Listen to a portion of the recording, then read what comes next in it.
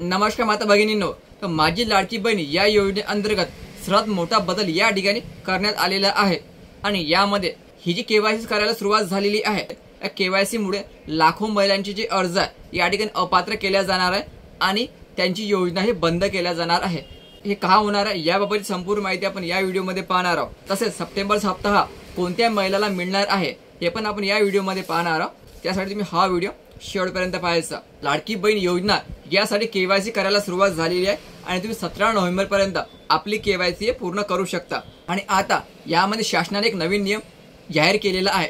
तो नियम म्हणजे पती आणि तुमचे वडील, लक्षात ठेवायचं, लग्न झालं असेल तर पती, लग्न झालं नसेल तर वडील यांचे आधार कार्ड तुम्हाला लिंक करणे गरजेचं आहे। म्हणजे त्यांची केवायसी या ठिकाणी कंपल्सरी केलेली आहे। तुम्हाला या दोन व्यक्तीची केवायसी पूर्ण केल्याशिवाय तुमची केवायसी या ठिकाणी पूर्ण होणार नाहीये। लक्षात ठेवायचं, तुमची केवायसी सोबत वडिलाची किंवा नवऱ्याची केवायसी करणे आता गरजेचं केलेलं आहे। त्यांच्याशिवाय तुमची केवायसी पूर्ण होणार नाही।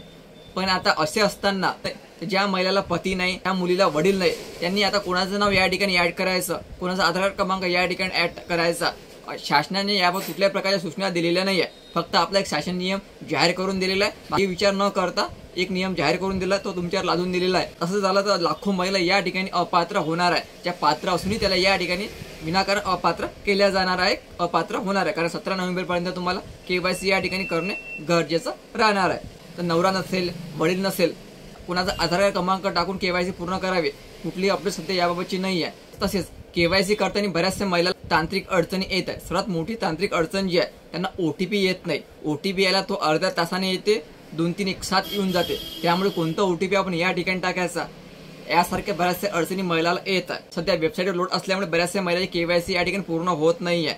तरीही तुम्हाला जर केवायसी करायची असेल तर रात्री 12-1 नंतर प्रयत्न करायचा। मोबाईलच्या माध्यमातूनच तुमची केवायसी या ठिकाणी पूर्ण होईल, पण दोन्ही ओटीपी तुम्हाला लवकर मिळेल अशा परिस्थितीत आपली केवायसी करायची, ठीक। तर दुसरी आणि महत्त्वाची अडचण जी आहे ते तुमचा आधार कार्ड क्रमांक लाडकी बहीण योजनेच्या यादीमध्ये नाहीये, असा एसएमएस बऱ्याचशा महिलाला येतात केवायसी करताना।